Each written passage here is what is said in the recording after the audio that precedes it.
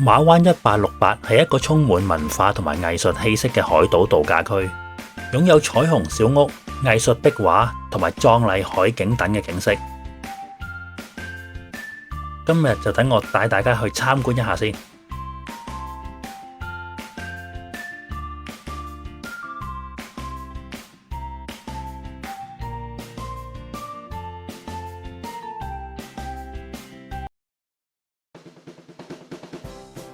馬灣嘅位置咧係位於香港嘅大嶼山啦，同埋青衣嘅中間嘅。咁佢咧有好豐富嘅文化歷史啦，同埋好迷人嘅自然景觀啊。咁咧而吸引咗好多嘅旅客嘅。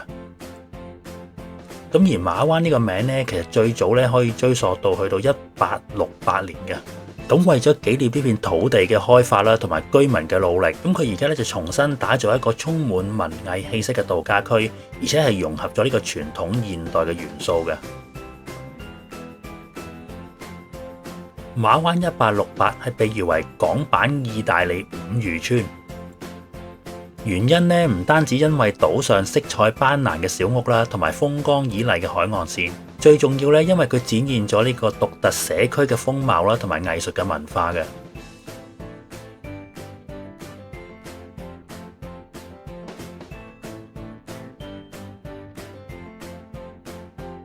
島上嘅彩虹村咧，令人諗起意大利嘅 Cinque Terre， 而精心繪製出嚟嘅壁畫咧，同埋多元素嘅文創活動咧，更加係增添咗好多嘅浪漫情懷嘅。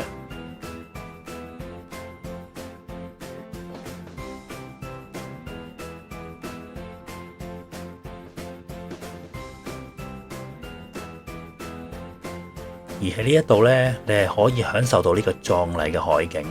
探索隱藏嘅文化故事啦，同時亦都可以感受到呢種獨特慢步調嘅生活方式嘅。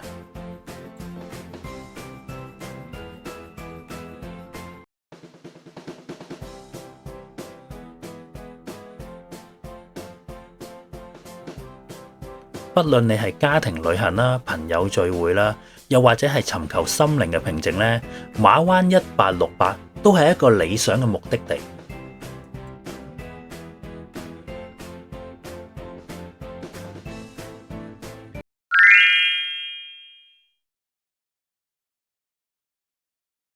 如果想嚟到馬灣嘅話咧，你可以喺中環嘅2號碼頭或者荃灣碼頭去搭呢個渡輪。個船程咧分別為25分鐘啦，同埋15分鐘嘅。雖然咧嗰啲渡輪班次咧比較疏，但係咧你可以喺個航程之中咧欣賞呢個香港嘅海景啦，同埋感受到海風嘅清新嘅。巴士咧亦都係前往馬灣嘅另外一種快嘅方法啦。咁咧佢嘅班次咧就好密喎，咁所以咧就比較適合一啲咧比較想好快可以去到馬灣嘅旅客嘅。咁你咧係可以喺呢個青衣站啦、荃灣站啦、葵芳站啦，又或者係九龍站咧搭呢個巴士㗎。咁個巴士號碼咧就係 NR330啦、NR331啦，又或者係230R 㗎。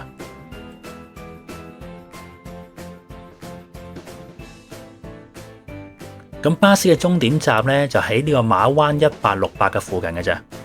攞車之後咧，跟住指示步行大約5分鐘度咧，就可以行到去馬灣1868㗎啦。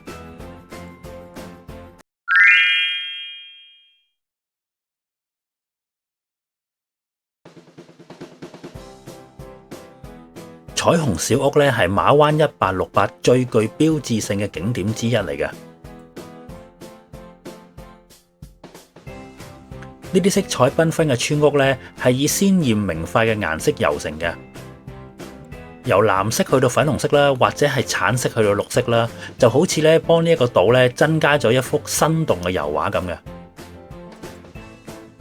呢個設計嘅靈感咧係嚟自於意大利嘅 Cinque Terre。透過色彩嚟表達當地嘅活力同埋文化嘅。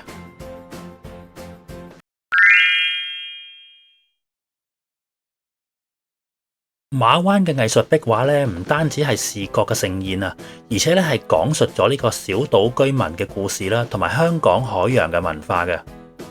壁畫嘅內容咧係包括呢個當地嘅歷史啦、自然景觀啦，同埋生活嘅場景嘅。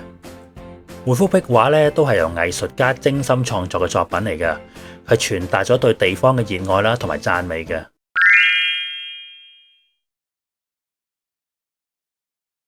馬灣嘅海景咧，絕對係令人哋好驚嘆嘅，特別係呢個汲水門同埋汲水門大橋啦，真係非常之壯麗嘅。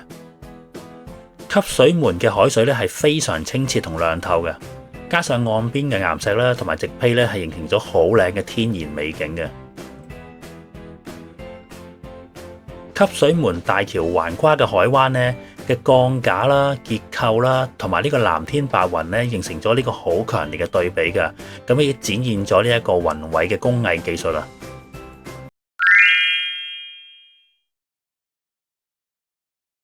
至於馬灣1868嘅文創工作坊咧，係一個可以激發創意啦，同埋手工藝興趣嘅地方嚟嘅。咁你可以參與陶瓷嘅製作啦，咁啊從呢個塑形到呢個上彩啦，整個嘅體驗製作過程咧，而可以打造出自己獨特嘅作品啊！另外咧，布藝染料活動咧，更加係一個體驗傳統藝術嘅好機會嚟嘅。咁可以睇到布料咧點樣喺呢個天然植物染料嘅情況之下咧浸染出嚟嘅。浸染咗出嚟嘅布料咧，係可以變化出奇妙嘅漸層同埋圖案㗎。咁係充滿呢一個藝術文化同埋氣息嘅。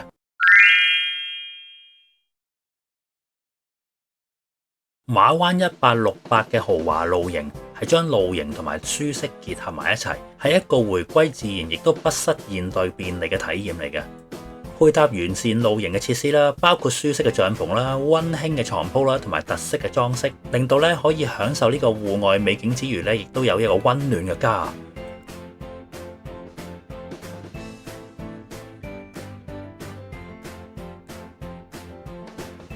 當我第一次踏入呢個馬灣1868嗰陣時咧，我已經俾佢深深嘅獨特氣氛咧已經吸引咗啦。呢一個係融合咗文化啦、藝術啦同埋自然嘅地方啊，係充滿住令人心曠神怡嘅魅力嘅。彩虹小屋嘅明亮顏色啦、壁畫嘅深刻故事啦，同埋呢個壯麗海景咧，都令我咧感到好似喺呢一個夢幻嘅書卷入邊咁咯。無論係休閒漫步啦，或者係參加呢個文藝工作坊咧，每一步咧都係令我好有驚喜啦，同埋好感動嘅。馬灣1868咧係可以令人有一個遠離市區嘅感覺嘅，係投入呢一個慢活步嘅絕對好地方嚟嘅。佢每一個角落咧都散發住呢個藝術啦，同埋文化氣息，同時咧亦都可以帶嚟到我嘅滿足感啦，同埋呢一個治癒感嘅。唔理你係揾呢個靈感啦，或者係純粹呢個享受呢一個美好嘅時光咧，呢度咧一定可以滿足你嘅。好啦，今集嚟到呢一度啦，多謝各位收睇，我哋下集見，拜拜。